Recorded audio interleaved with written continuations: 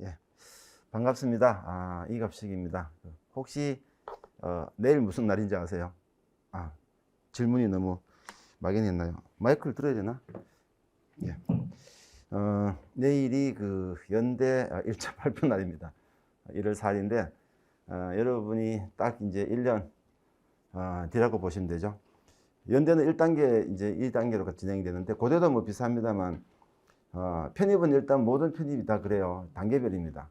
여기서 약간 예외가 이제 고대 일반 편입. 고대 일반 편입은 면접이 지금 코로나 때문에 폐지되면서 굳이 1단계 발표가 필요가 없어져 갖고 고대 일반 편입은 이제 일괄 전형이에요. 나중에 최종 합격을 딱 한 번 발표합니다. 고대 학사 편입은 또 달라요. 단계별인데 연대는 단계별이고 모든 게 단계별이라 보시면 돼요. 고대 일반 편입만 예외다라고 보시면 되는데 그 연대 1차 발표가 내일입니다. 저도 지금 무척 긴장하고 있는 날인데 어쩌다 첨사 공개 특강 일정 잡다 보니 딱 1년 전이 됐는데 그죠? 해가 바뀌고 제가 또 첫 수업이기도 하고 등등 여러모로 좀 감회가 깊은데 지금 그 신청한 학생 숫자에서 거의 절반 늘 그렇습니다. 공개 특강 해보면은 딱 절반 정도 현장 오십니다. 예전에는 그 밴드 생중계를 같이 했었어요. 지금도 수업은 그렇게 하고 있습니다. 원래도 마찬가지인데 여러분 수업을 하게 되면 지금 현장에 와서 수업을 들으셔도 되고 밴드 아시죠? 아마 그죠? 네이버 밴드 진행하는 건데 그 라이브로 동시에 진행합니다. 그러니까 여러분이 집에서 수업을 들으실 수도 있는데 당연히 학원 나와서 수업 듣는 게 원칙이죠. 원칙인데 뭐 집이 너무 멀다거나 아니면은 또 그날따라 뭐 학교 일정 생긴다 하면은 예전 같으면은 이제 결석 처리되죠. 결석 되고 별도로 여러분이 결석 사유서를 쓰고 하면은 학원서 인강 영상을 제공해 주는 식이 조금 번거로웠죠. 지금은 밴드에 가입이 되어 있기 때문에 본인이 그 녹화 방송 들을 수도 있어요. 그래서 아마 이게 코로나가 만든 현상인데 그 지역 학생들도 지방에 있는 학생들도 요즘은 인강을 듣지 않고 현강 수업을 같이 들을 수 있는 현강과 인강의 차이가 좀 있어야 되겠죠. 인강도 마찬가지 이제 우리가 인터넷 수업이라고 본다면은 첨삭입니다. 오늘 제가 설명드릴 것은 2024 대비 그죠?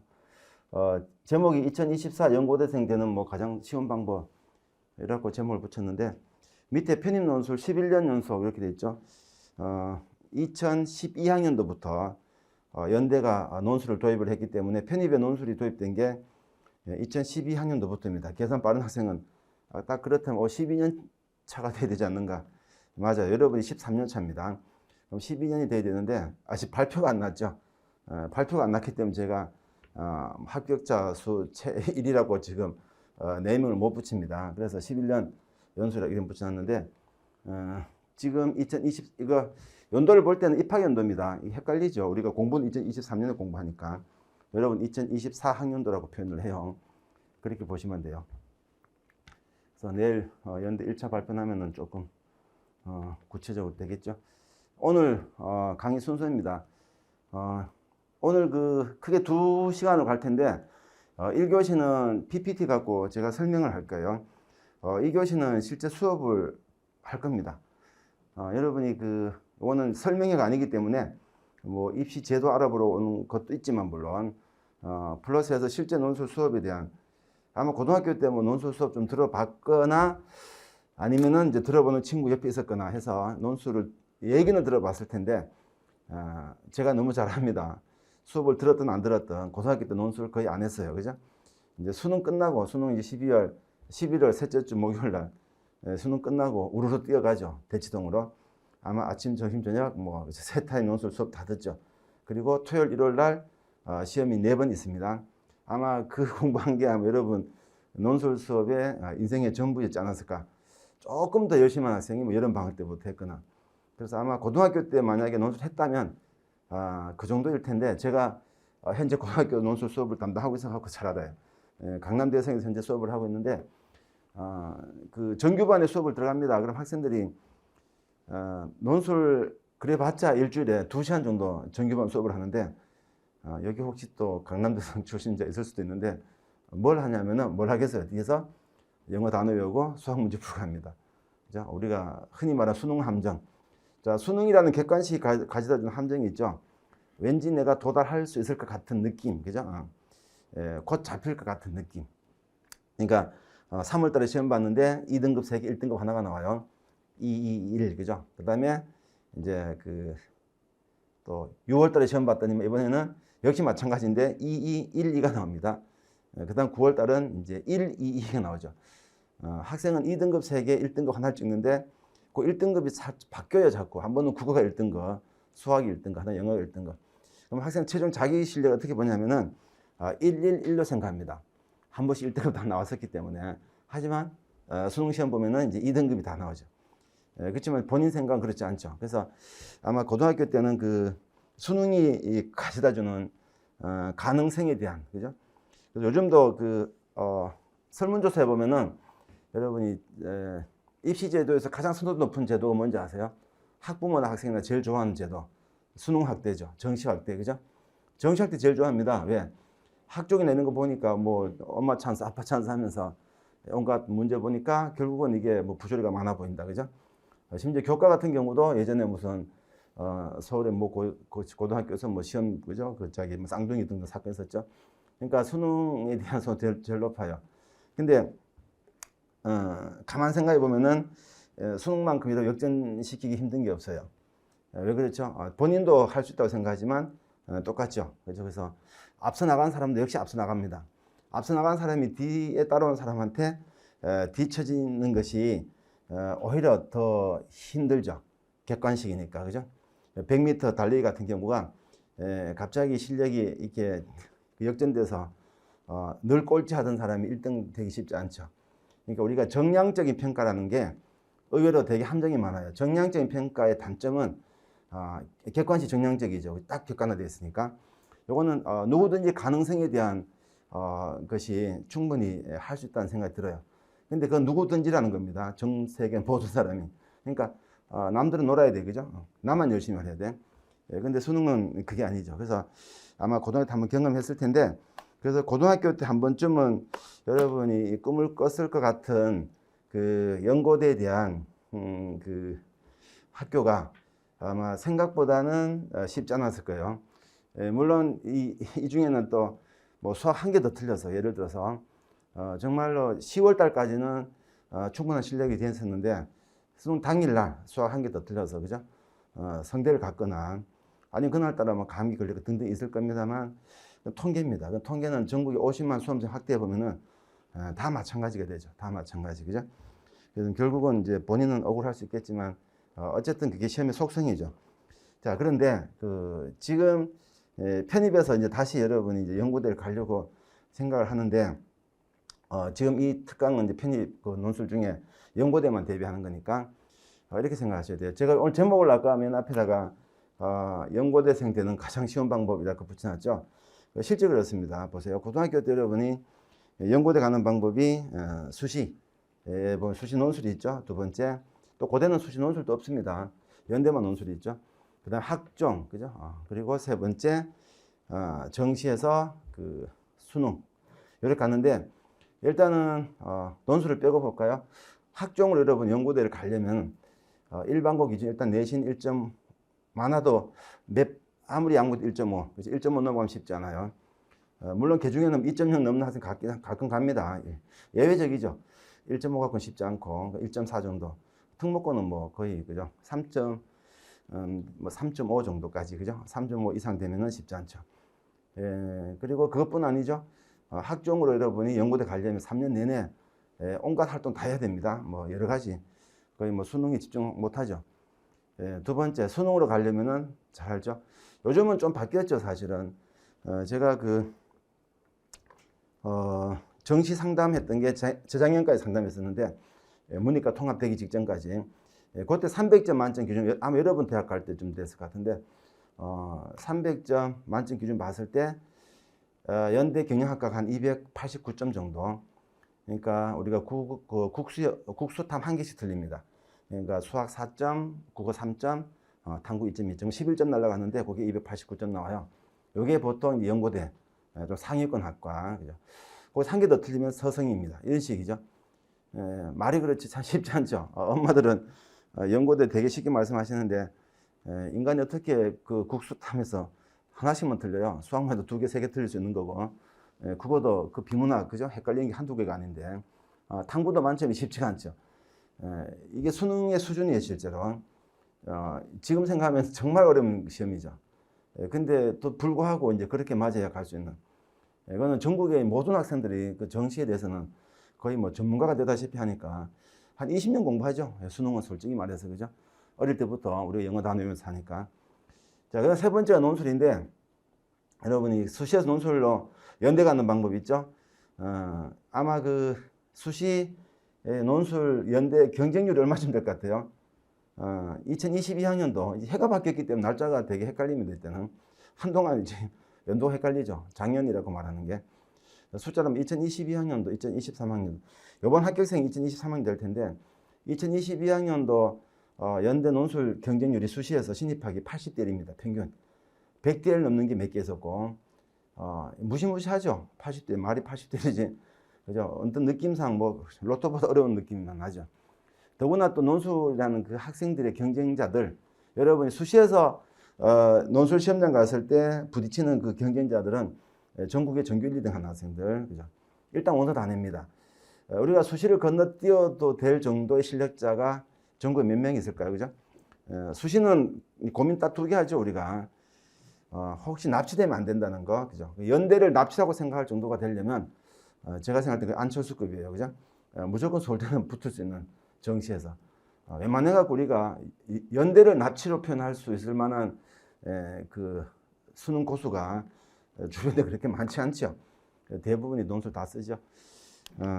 자, 그런데 그런 학생들끼리 모여서 경쟁률이 평균 80대입니다.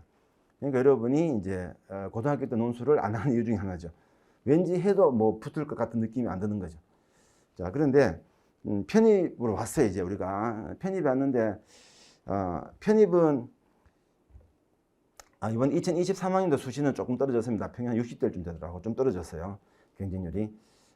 편입은 일단 2022학년도 경쟁률이 낮은 게 한 10대 정도입니다. 높아봤자 35대 1. 높은 데도 국문학과가 높았는데 35대 1. 경영학과도 한 30대를 좀 안 됐어요. 정형외과 12명 뽑았는데 20대 됐고, 이게 편입 논술 경쟁률이에요. 2022학년도. 2023학년도 이번이죠. 조금 올라갔습니다만 큰 차이 없어요. 그래서 또 더구나 이제 고대가 이제 그 모집 정원이 이제 확 풀렸죠. 고대가 한 2년 동안 선발을 거의 안 했습니다. 고대도 한 5년 됐습니다. 2018학년도. 연대는 2012학년도부터 지금까지. 원래 여러분 13년째 접어들었고, 고대는 2018학년도부터 이제 5년 차 됐고, 여러분 6년 차입니다. 그래서 근데 고대가 2018, 2019, 2020 3년은 열심히 뽑았는 그렇죠. 3년 열심히 18, 19, 20, 21, 22 맞구나. 2023까지 하면 6년 차, 여러분 7년 차구나, 그죠? 그래서 2018, 19, 20까지는 열심히 뽑다가 2021, 2022 그 2년 동안은 인문에서 선발을 전혀 안 했습니다. 인문 논술 전혀 선발하지 않고 사회 논술도 극히 일부만 선발했어요. 경영학과, 경제학과, 정형학과, 간호학과 정도. 그러다가 이번 2023학년도는 또 왕창 뽑았어요. 뽑았기 때문에 아직도는 예전에만큼 뽑지 않고 있는데 지금 많이 회복이 됐어요. 그래서 평균 경쟁률이 거의 한 30대이 채 안 됩니다. 여러분 이렇게만 놓고 봐도 일단 숫자상, 그죠? 연대, 고대 논술로 대학 가는 게 정시, 학종, 그죠? 연대 수시에 비해서 얼마나 더 쉬운지 대충 느낌 바로 오죠. 또 하나 있죠. 여러분을 무시한 건 아닌데 제가 일단은 그 편입 준비생들이 일단은 우리 소위 말하는 일진들은 다 빠졌죠. 우리가 서울대 연고대 간 학생들이 지금 연고대 편입 논술 준비할 리가 없겠죠, 그죠? 제가 가끔 1년에 한 명 봅니다. 자기 학교 다니면서 전과보다는 편입을 생각하는 학생들 가끔 있어요. 그런 학생들이 가끔 오는데 대부분 학생들은 일단 스카이는 빠졌고, 그 다음에 서성 한의 학생들이 논술로 편입을 하려고 가끔 오긴 오는데 그렇게 많지는 않아요. 이제 너무 이제 자기 친구들하고 등등 해서 자기는 연고대 갈 수 있는데 수능 때 아니면은 뭐 그저 고3 때 일이 있어서 자기 입시 실적에 좀 불만이 있는 학생들 이렇게 보통 옵니다. 대부분 학생들은 중대 경희대 학생이 가장 많습니다. 되게 많습니다. 중대 경희대 학생이 편입에 아주 열심히 적극적으로 많이 참여하고, 그 다음에 이제 건동홍수, 그 다음에 국숭수회관, 여기까지가 보통 이제 인서울권 학생들이고, 그 다음에 이제 지방 학생들이죠. 그렇다 보면 이 학생들이 학업 성적이 뭐 좀 떨어지기 때문에 부족하다 그 뜻이 아니고, 이 중경외시, 건동홍수, 그 다음에 지방대 여기 다니는 학생들이 고등학교 때 논술을 거의 잘 하지 않은 학생들이에요. 거의 하지 않습니다. 이제 서성 한의 정도 가는 학생들은 논술을 좀 합니다. 아이러니하게도 우리가 논술이라는 제도는 정시에서 대학 가는 게 힘들기 때문에 또 하나의 보완제인데, 학생들 그렇게 생각하지 않죠. 그래서 오히려 수능을 잘하는 학생이 논술을 더 열심히 해요. 연대 가기 위해서. 연대 가는 또 하나의 방법 때문에. 그래서 이제 중경외시, 건동홍수 부터 학생들은 정시를 굉장히 급하다고 생각합니다.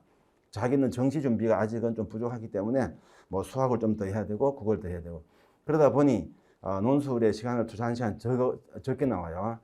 그래서 여러분 이런저런 걸 감안했을 때 고등학교 수시에서 여러분의 수시 시험장에서 학생들이 경쟁해야 되는 경쟁자들하고 편입에서 경쟁하는 경쟁자들이 그 레벨이 좀 다를 수 있다는 거예요. 그거는 이제 공부 관련된 게 아니라 논술 준비 정도에 따라서, 그죠? 논술 준비 정도가 다들 똑같다는 거예요.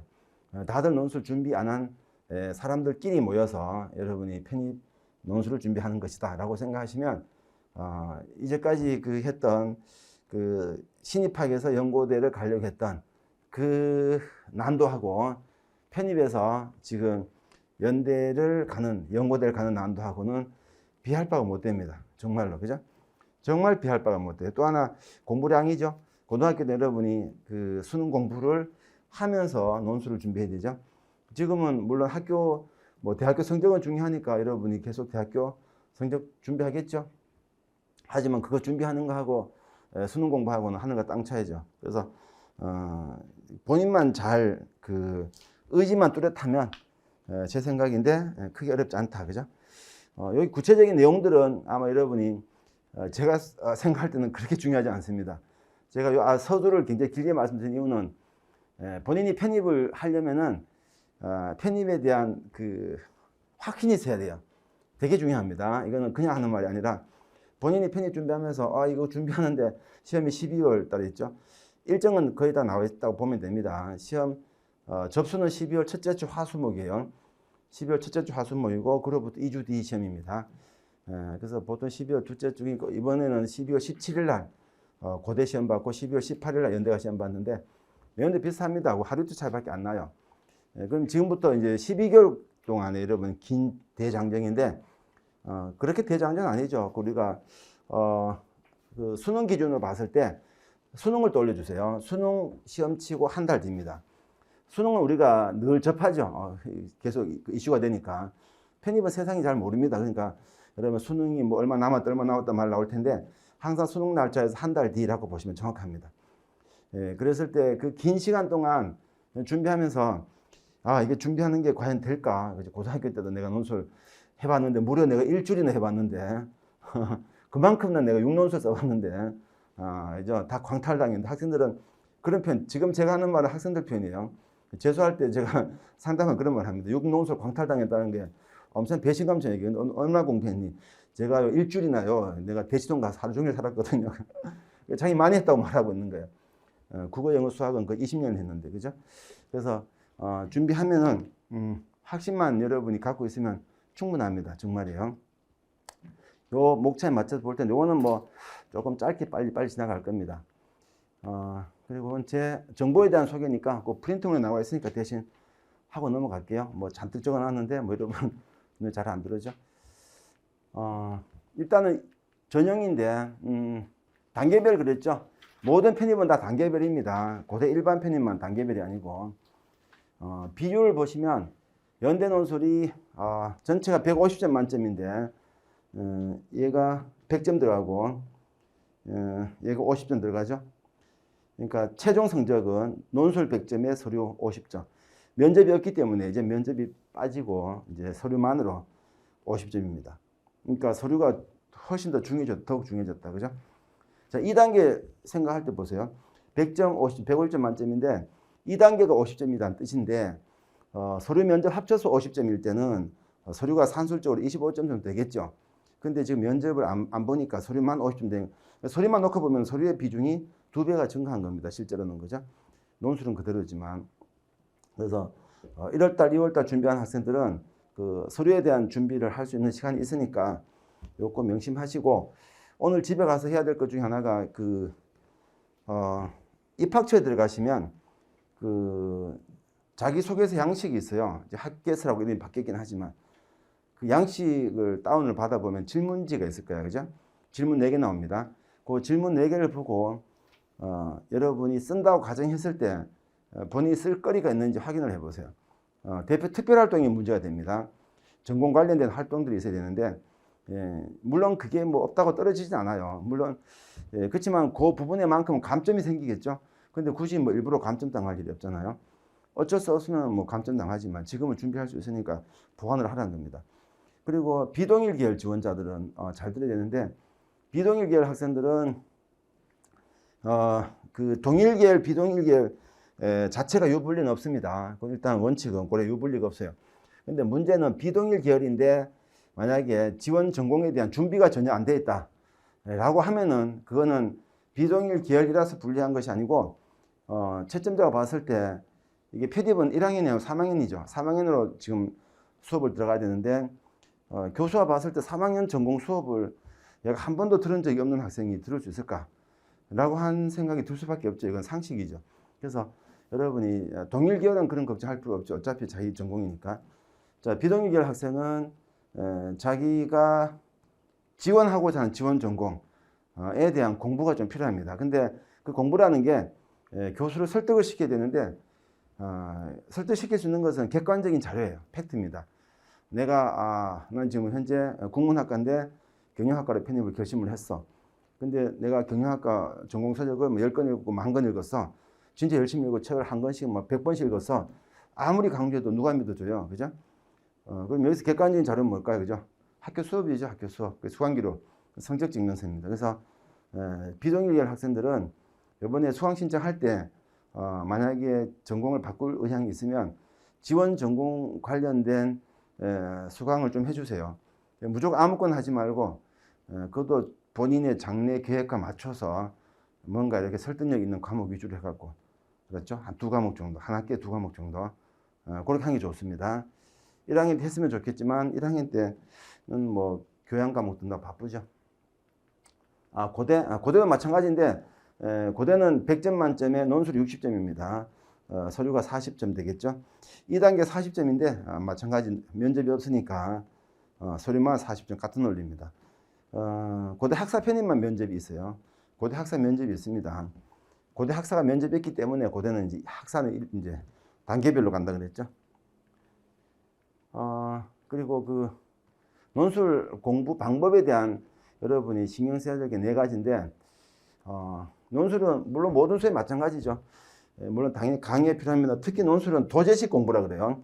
도제식 공부가 주로 예체능에서 많이 하는 건데, 이제 선생을 따라하는 공부. 우리가 악보를 보고 이렇게 음을 칠 수는 있지만 선생이 한번 음을 쳐줘야 되죠. 이렇게, 그죠? 쳐주면 이제 학생이 듣고 따라하죠. 그러다가 나중에 자기 혼자 할 수 있죠. 수학같이 객관식은 좀 다르죠. 객관식은 자습해 됩니다. 여러분이 뭐 문제 보고 혼자 해설 보고 공부할 수 있죠. 옛날에 지역에서 그래서 뭐 똑똑한 사람 서울대 가고 했던 이유가 그런 시험이 많았던 시험, 그죠? 그때는 그랬죠. 지금은 좀 달라졌지만, 근데 논술은 도제식 공부입니다. 이게 그 질문이 존재하는데 제시문 가를 요약하시오 이런 식으로. 그럼 도대체 뭘 쓰라는 것일까, 그죠? 좀 망망하죠. 1 더하기는 3이다 이런 건 좀 다르죠. 그래서 일단 강의가 당연히 필요하고, 그 다음에 그 논술은 체험식 수업이에요. 본인이 직접 해봐야 돼요. 그러니까 논술 방법에 대한 강의를 여러분이 100년을 듣는다 한들 논술을 잘 쓸 수 있을까? 그렇지 않습니다. 수영하고 똑같은 건데 제가 수영장에다 비교하는데, 아마 수영 해본 학생 할 텐데, 그 수영장 가보면 수영 강사가, 제가 생긴 건 별로 유선형이 아닌데 수영 잘합니다. 되게 잘해요. 코로나 때문에 한 몇 년 못 가긴 했는데, 수영장 가보면은, 자, 수영 강사가 그 수영 자세에 대해서 강의하는 것은 한 10분 얼마 안 돼요. 팔 어떻게 하세요? 뭐 끝입니다. 뭐 음파 어떻게 하고 뭐 이제 팔을 젓지 말고 어깨를 뭐 돌려라 하는데 뭐 사람들은 아니 뭐 팔 젓는 거 어깨 돌리는 게 뭐가 다른지 헷갈립니다만 그게 전부예요. 그러니까 물에 들어가시면 합니다. 그리고 계속 처음에 킥판만 차고 왔다 갔다 몇 번 하죠. 근데 그 수영 강사가 하는 그 수영 강의를 여러분이 100년 들어봤자 수영 못해요. 물에 들어가야 돼요. 일단은 본인이 물에 들어가 봐야 돼요. 그죠? 아무리 해도 수영 강사가 했던 그 자세 안 나옵니다. 본인이 한다고 해요. 근데 옆에서 계속 막 뭐라 합니다. 아니 회원님 그렇게 하시면 안 된다니까 막 따라오면서 계속 뭐 잔소리를 막 해요. 자기는 분명히 그렇게 한다고 하는데 수영 강사 볼 때 그렇지 않은 거죠. 그러다가 몇 달 지나면은 어느 순간에 혼자 왔다 갔다 하는데 그때 막 그 느낌이 와요. 아 그때 그 말이 이제 이 말이었구나. 논술 마찬가지예요. 본인이 직접 써봐야 돼요. 써봐야 돼요. 그래서 논술은 여러분이 성실한 학생이 잘합니다. 국영수 같은 그 객관식은 천재들이 잘할 수도 있어요. 성실하지 않더라도 한두 개 풀어보고 터득해버리면 쫙 푸는 사람도 있죠. 논술은 천재가 절대 존재하지 않습니다. 한두 번 듣는다고 될 게 아니고 본인이 자꾸 써봐야 돼요. 어쨌든 주어진 원고지에다가 본인이 손가락이 움직여줘야 됩니다. 세 번째 첨삭이에요. 본인이 썼어요. 썼는데 이게 잘 썼든 못 썼든 뭔가 이게 확인이 돼야 되죠. 물론 제 책에는 그 예시사반 다 들어가 있습니다만 내가 쓴 거하고 예시사반 비교해봤는데 예시사반 좀 다른 것 같아. 그러면 그 학생 답안은 못 쓴 것일까? 내가 쓴 답안과 예시사반이 비슷해 보여. 그럼 잘 쓴 것일까? 아니에요. 예시사반과 비슷해 보여도 못 쓴 답안일 수가 있고 예시사반과 달라도 잘 쓴 답안일 수가 있습니다. 얼마든지. 그래서 첨삭이 꼭 필요하고 그 다음에 그 객관식과 마찬가지인데 공부한 요령인데 반드시 여러분이 다시 한번 또 써야 돼요. 다시 한번 써야 됩니다. 여러분 고등학교 때도 자 그 국영수 시험도 모의고사 보는 날 보통 모의고사 보고 집에 막 만세 막 뛰어가잖아요. 4시 끝나고 그죠? 그러면 그날 아무 소용 없어요. 그러니까 그 모의고사 본 것은 반드시 그날 다시 풀어봐야 됩니다. 그날 모의고사 본 거 그 다음날 다시 안 봐요. 보기 싫죠. 근데 기가 막히게 성적 순이에요. 공부 잘하는 학생은 그날 다 풀고 집에 갑니다. 원래는 공부 못하는 학생이 더 열심히 해야 되는데 항상 그렇지 않죠. 못하는 학생이 더 안 하죠. 그러니까 그 석차가 늘 갭이 안 좁혀지죠. 마찬가지 논술도 마찬가지 반드시 다시 쓰고 다시 첨삭을 꼭 받아야 돼요. 알았죠? 다시 쓰고 다시 첨삭 받기. 그리고 혼자 길러야 될 부분이 뭐 독해력입니다. 아무리 내가 테크니컬한 부분은 내가 연말시켜도 여러분이 읽었을 때 요즘 독해라는 말 쓰면 문해라는 말 쓰죠. 독해력보다 문해라는 말 많이 쓰는데 도대체 글이 의미하는 뜻을 전달하지 못한다 이거죠. 문해력인데 어쨌든 독해력 길러야 되는데 이 5가지 논술 잘하기 위한 필수다 알았죠? 그러면 합격하겠죠? 너무 일반적인 얘기인가요? 아니에요. 일반적인 얘기가 정답입니다. 항상 늘 들어보던 얘기가 이건 제 수업의 특징인데 이거는 뭐 길게 얘기할 필요는 없고 수업을 들어야 여러분 확인될 거니까 일단은 가장 중요한 게 콘텐츠입니다. 여러분이 논술은 시중 교재가 없어요. 이따 한들 전혀 맞지 않은 게 너무 많기 때문에 반드시 직접 교재가 있어야 되는데 일단은 저는 뭐 모든 수업이 2달마다 수업이 바뀝니다. 김행 편입의 수업의 특징이 2달이 한 과정이에요. 그러니까 홀수달이 개강달입니다. 1, 3, 5, 7, 9 1, 3, 5, 7, 9, 11월 여기 개강달이고 그 다음 2, 4, 6, 8, 10 요거는 중간에 들어온 학생들인데 그러니까 처음부터 듣는 것이 아니라 이제 중간에 이미 50% 진행이 된 수업에 중간 들어가겠죠. 예, 그렇게 이해하시면 돼요. 그래서 2달마다 과정이 바뀌는데 그 모든 과정이 교재가 다 있습니다. 제가 아마 편입에서 가장 책을 많이 쓴 강사 유명한데 작년에 확인해 보니까 5건인가, 자, 9건, 9건인가 쓴 것 같아요. 그 다음 논술 객관식입니다. 오늘 여러분이 딴 거 다 잊어먹어도 공개특 와서 배웠을 때 간이 뭐라 하더니 라고 누가 물어보면은 엄마 아버지가 물어보시면 논술이 객관식이라고 하던데요 라는 정도는 알고 있어야 돼요. 논술 객관식입니다. 전 논술이 객관식은 처음 들었어요. 논술 객관식이래요. 객관식 맞아요. 왜 그러냐면은 증명할 수 있습니다. 논술을 잘 쓴 학생이 2명이 존재한다 가정했을 때, 자 서울에 있는 이갑식하고 자 부산의 홍길동이가 평생 한 번도 만난 적이 없어요. 연락처도 없고 서로 모르는 사이인데 똑같은 논술 문제 주면 답이 비슷하게 나옵니다. 둘 다 잘 쓴다고 가정하면 비슷하게 나와요. 객관식이잖아요. 만약에 어떤 주제를 주고 본인이 거기에 대한 뭐 소설을 써라 했을 때는 비슷한 소설이 절대 나올 수가 없죠. 만약에 뭐 약속이라는 주제를 주고 어떤 학생한테 서로 모르는 학생한테 이 약속을 주제로 해서 단편 소설 써서 제출해 라고 한번 해보세요. 전혀 다를 겁니다. 그죠? 같을 리가 없죠. 자, 그건 주관식이죠. 창작이죠. 논술은 절대 그렇지 않습니다. 논술이 만약에 주관식이라면 채점을 어떻게 하죠? 뭘 갖고 점수를 줄까? 그지? 이상하죠. 그러니까 논술은 객관식일 수밖에 없고 실제로도 그러합니다. 자, 객관식이라면 우리는 이제 말이 달라지죠. 객관식이라는 것은 뭐요? 해법도 존재할 것이다. 그죠? 주관식은 해법이 없어요. 그러니까 천재적인 사람 잘 쓰죠. 소설을 어떻게 우리가 교육을 시켜서 잘 쓰게 만들어요? 뭐 소설의 구성 같은 것은 우리가 강의할 수 있겠지만, 그죠? 그 소설은 이제 작가들은 그러다 보니 이제 천재적인 작가가 나올 수밖에 없죠. 객관식입니다. 그래서 네 가지 목차가 여러분 앞으로 자, 논술 시험장 갈 때까지 공부하는 목차에 논제 특징, 답안 구조, 분석 방법, 감점 사례 네 가지 목차로 기본부터 실전까지 모든 논술 문제 이걸로 다 풀어갑니다. 그 다음에 첨삭, 그죠? 그 다음에 합격 실적, 이거는 뭐 객관적인 데이터니까 11년째 지금 합격생 1위를 기록하고 있고, 그 다음에 이거는 방금 봤던 내용이니까, 그죠? 이게 이제 연간 콘텐츠입니다. 이 콘텐츠는 결국은 커리큘럼을 보시면 돼요. 이게 여러분 커리큘럼입니다. 기본 유형, 쟁점 심화, 그 다음에 고대 기출, 연대 기출, 고득점 실전 심화, 도표 분석, 연대 수시 엄선 특화. 되게 많죠? 하프 실전, 푸제. 두 달씩이라면 29, 18, 그죠? 18개월이잖아요. 안 맞죠? 그래서 여기 요 중에는 정규 과정이 있고 특강이 존재합니다.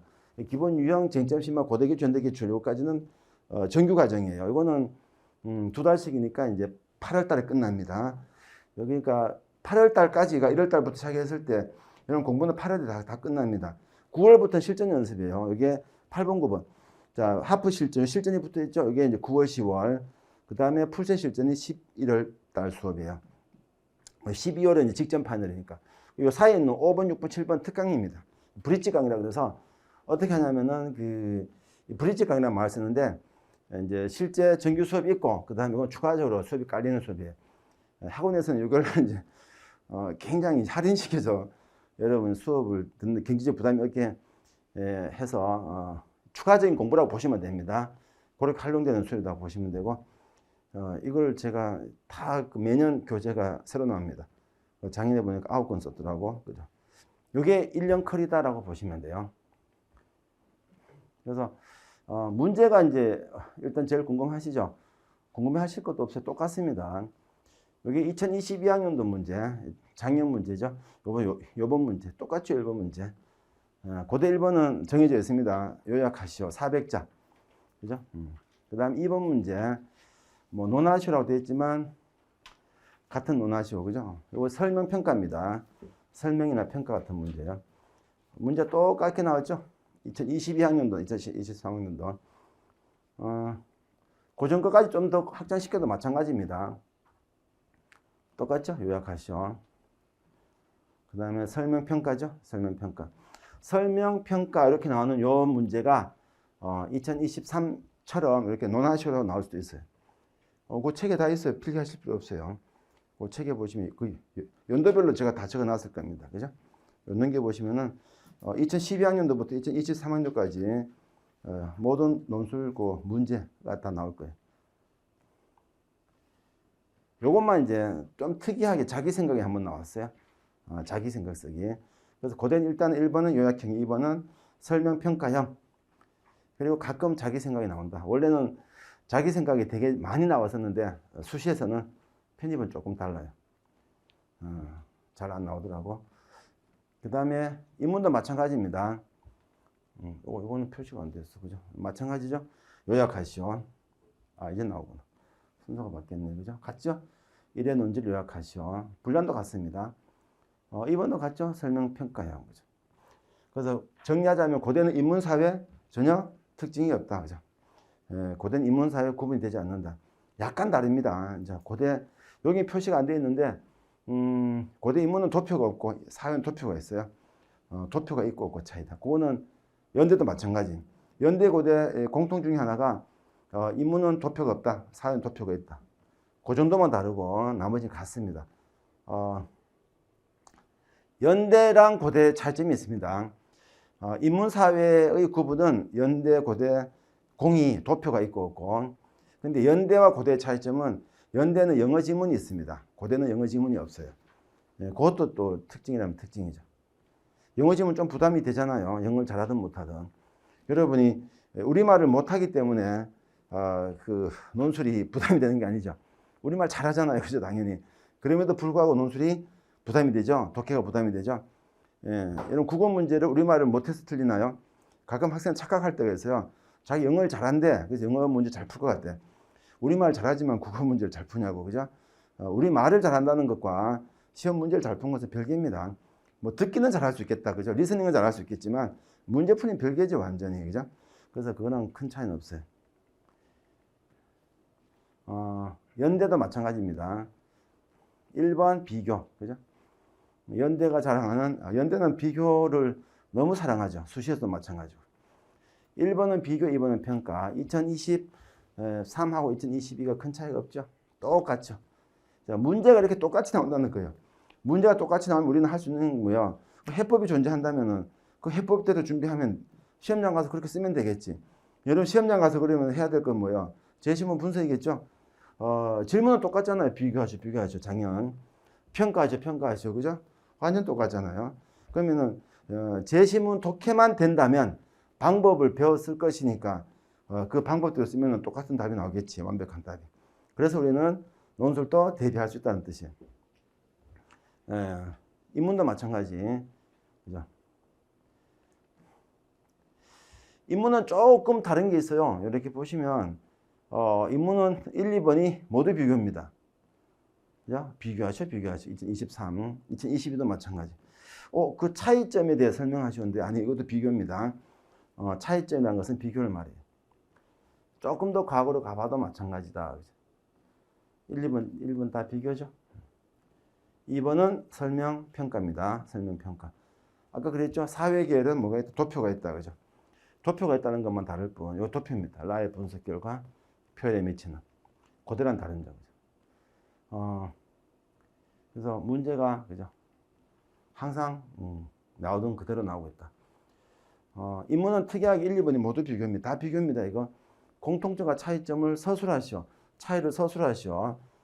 차이를 설명하시오. 다 비교란 말. 같은 말이에요. 이렇게 가끔 표현은 다르지만 질문이 같은 표현들이 있어요.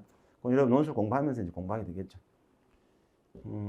쓰기 아까 말씀드렸던 논술 공부는 4대 목차입니다. 논제 특징, 답안 구조, 분석 방법, 감정 사례. 요 4가지 갖고 모든 문제 다 풀어갑니다.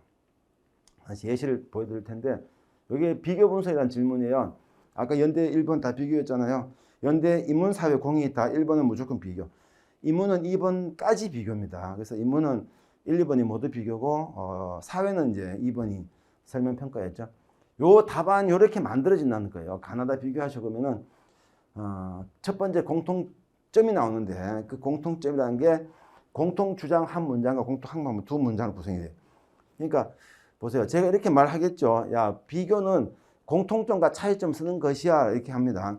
여러분도 알아듣죠? 공통점이란 단어를 대한민국 국민이 모를 리가 없잖아. 차이점이란 단어도. 근데 한번 생각해봐. 자, 내가 공통점이란 단어를 안다는 사실과 자, 내 가나다 공통점을 써라고 했을 때 여러분 뭘 쓸 거냐고. 그러니까. 그죠? 이게 띵 합니다. 순간적으로. 내가 원고지를 줬어. 여러분한테 한번 써봐. 그죠? 그런데 야, 가나다 비교라고 나오지. 그죠? 가나다 비교라는 것은 공통점과 차이점 쓰는 것이야. 그러면은 첫 문장은 공통점을 써야 돼. 첫 단락은 공통점을 쓰는 거야. 첫 단락이거든요. 그 다음에 차이점을 쓸 텐데, 자, 공통점을 한번 써. 여러분 뭘 써야 돼요? 우리가 공통점을 쓰라는 말과 그 언어적인 느낌이 오는 그 느낌과 원고지에서 여러분 손가락 끝에서 나와야 되는 그 구체적인 그 콘텐츠는 별개입니다. 그죠? 공통점이라는 걸 써야 된다라는 것을 이해하는 것은 대한민국 국민이라면 다 이해를 해요. 초등학교 1학년도 압니다. 공통점이라는 말은. 근데 가나다의 공통점을 쓰라고 할 때 원고지에다가 무엇을 써야만이 나는 출제자가 말하는 공통점을 쓰고 있는 것일까라는 것은 여러분이 완전 다시 익혀야 돼요. 그 뜻입니다. 그렇게 접근해 들어가야 돼요. 연대 답안 분량은 이제 규정이 없는데 보통 천자를 씁니다. 고대는 분량이 규정이 되죠. 400자, 1400자. 시간은 연대는 2시간, 120분. 고대는 100분. 20분 차이 나죠. 분량이 좀 차이가 나죠. 연대는 그래서 천자 한 2000자 정도 씁니다. 고대는 400자, 1400자, 1800자죠. 분량만큼의 시간 차이가 나는데 천자라고 말할 때 이 천자의 분량이 약 문장 20개입니다. 한 문장 50자로 봅니다. 계산 편하게 그런 것이 아니고 정말 50자 정도 써야 돼요. 자, 문장 20개가 들어가요. 생각해 보세요. 그 문장 20개가 여러분이 연대 편입에 당락의 50%를 좌우합니다. 무시하죠. 무시하죠. 문장 20개를 잘 쓰면 여러분은 이제 연대 들어가는 50%의 티켓을 확보하는 거예요. 물론 서류가 있지만 일단 1단계 통과해야만이 뭐 서류 평가 받을 할 거니까, 그죠? 1단계 통과 중요하니까. 그 다음 2번도 이제 문장 20개인데, 그 문장 20개라는 게 개요입니다. 그 개요예요, 개요. 그죠? 그래서 첫 번째 문장부터 마지막 20번째 문장이에요. 그러니까 여러분 개요를 짠다는 것은 1번 문장부터 해서 20번째 문장까지 세팅을 다 하는 과정이에요. 적당하게 뭔가 이렇게 뭐 첫 단락은 어쩌고 그런 뜻이 아니라 그게 자 공통점은 그래서 첫 번째 이제 공통 주장이라는 걸 써요. 그 다음에 공통 항목을 쓰고 공통 주장을 어떻게 쓸까? 전체 키워드 플러스 알파라고 합니다. 공통 항목 어떻게 쓸까? 이제 전체 키워드를 세분화시키는 과정인데 이런 걸 여러분 다 익혀야 된다는 뜻이에요. 그 다음에 거기에 맞춰서 가를 정리하고 나를 정리하고 다를 정리하고 마찬가지. 그 각각 하나씩 다 들어갑니다. 그래서 요거는 이제 분량상 여기 A가 2문장이 나와요. B도 2문장, C도 2문장. 여기 2문장이죠. 둘 6문장이죠. 6. 6, 3은 18, 2문장 20자, 그죠? 20문장 나오죠. 이렇게 해서 20개가 만들어집니다. 여러분이 여기에 들어가는 내용들은 요 방법은 이제 저한테 배우겠죠. 그 다음에 시험장 가서 여러분들이 제시문을 읽었고 독해가 됐어. 내가 여기에 써야 될 소스를 뽑아내는 겁니다. 쏙쏙 뽑아내죠. 뽑아내서 요 틀에 맞춰서 입력을 하면은 그 자체가 답이 되는 겁니다. 단락이 1, 2, 3, 4단락이 나와요. 그죠? 천자에 4단락 쓰기. 연대 인문은 이게 2문제 묻고 있는 겁니다. 아까 봤잖아요. 그죠? 1번도 비교, 2번도 비교였죠. 연대 인문. 연대 사회는 1번만 비교. 그죠? 요것만 여러분 잘해도 벌써 인문은 2문제 다 해결 다 된 것이고 사회는 이제 1번, 50% 해결된 것이고. 요 방법을 배우는 것은 여러분 저한테 5분, 10분이에요. 정말로. 이제 수영장 가서 수영 강사한테 여러분들이 자유형 자세 배우는데 5분, 10분 걸립니다. 똑같아요. 하지만 학교가 원하는 합격하기 위한 정도의 레벨 답안을 쓸 때까지는 몇 달이 걸릴지 모르죠. 빠르면은 뭐 한두 달 만에 터득할 수도 있지만 12개월 걸려도 터득 못할 수도 있겠죠. 각자, 그죠? 우리는 그걸 해야 된다는 뜻이에요. 그리고 독해, 그죠? 똑같은 글을 읽었을 때 거기서 뽑아내는 건 다릅니다. 자, 논술 공부에 대한 요체를 잘 기억하라고. 막연하게 여러분이 뭔가 끄적끄적 하는 게 아니라고 절대로. 아마 고등학교 때 논술 했다면은 후딱 했기 때문에 이런 걸 다 못했을 거예요. 그지? 그냥 기출문제 몇 개 풀어보고 시험장 갔는 게 아마 전부였지 않았을까. 그죠? 요거는 2번 문제에 많았던 문제가 뭐였죠? 설명평가형 문제 있었죠? 그 문장 순서입니다. 주장, 이유, 근거, 상수. 해서 주의, 근사 이런 붙였는데 첫 번째 문장은 주장이 들어가요. 그 다음에 이유가 들어갑니다. 그 다음에 근거가 들어가고 상수를 들어가는데 이게 특이한 게 아니에요. 여러분 살면서 늘 이런 논리를 펼쳐서 합니다. 친구 둘이가 같이 스터디 카페 공부하다가 한 명이 먼저 오늘따라 집 일찍 가려고 해요. 야, 너 왜? 너 오늘 집 일찍 갈래? 왜? 그러면요. 왜냐하면 머리가 아프기 때문이야. 이렇게 말할 거예요. 그죠? 우리는 늘 그렇게 말하고 살아요. 그래? 내가 볼 때 멀쩡해 보이는데, 그죠? 아니야. 이거 봐. 내가 오늘, 그죠? 어제도 병원 갔다 왔거든? 근거를 제시합니다. 그죠? 그래? 빨리 가서 쉬어. 그죠? 하루 이틀이 아니야. 한 달째 그러고 있어. 상술이죠. 논리적 흐름이에요. 논리적 흐름. 근데 오늘 일찍 집에 갈래? 왜 일찍 집에 가니? 오늘 엄마가 오신대. 야, 엄마가 오는데 너가 왜 집 일찍 가? 그건 이거 잘못된 거죠. 그죠? 그럴수록 임마 여기서 말이야. 밤 새벽 1시까지 공부하는 척을 해야지. 평소에 놀더라도. 그래, 아니야. 엄마가 아프시기 때문에 병원 가셔야 돼. 그래서 내가 가봐야 돼. 그럼 일찍 집에 가. 주장과 이유가 이제 일치하는지 안 하는지가 논리 흐름이죠. 그죠? 그래서 주의 근상인데 평가형이라는 문제는 다 그런 식의 논리를 만들어줘야 돼요. 상술이 2문장 나오거든요. 그러면은 여기 5문장 나오죠. 한 문장 50자 그랬죠. 그럼 여기 한 단락이 됩니다. 그러면은 가에서 나와 다를 평가하시죠. 한번 상상해 보세요. 자, 오늘은 필기하기 싫어서 지금. 자, 질문이 이제 가에서 나다 평가하시죠. 이런 식의 질문인데, 첫 달에 가를 정리합니다. 일단 가를 근거로 하니까, 그죠? 자, 정리할 때 300자 정리하거든요. 그 다음에 가에서 나를 평가하고, 가에서 다를 평가하면 돼요. 세 달러 나오겠죠? 이해됐죠? 여기까지, 그죠? 가에서 나다 평가하는 문제에서. 그러면은, 첫 달러에 가를 정리했어. 300장. 달러 구분했어. 그 다음에 가에서 나를 평가, 가에 다를 평가. 가에서 나를 평가할 때 나오는 문장 순서입니다. 주의근상. 그럼 뭐야? 5문장, 최소 5문장 나오거든요.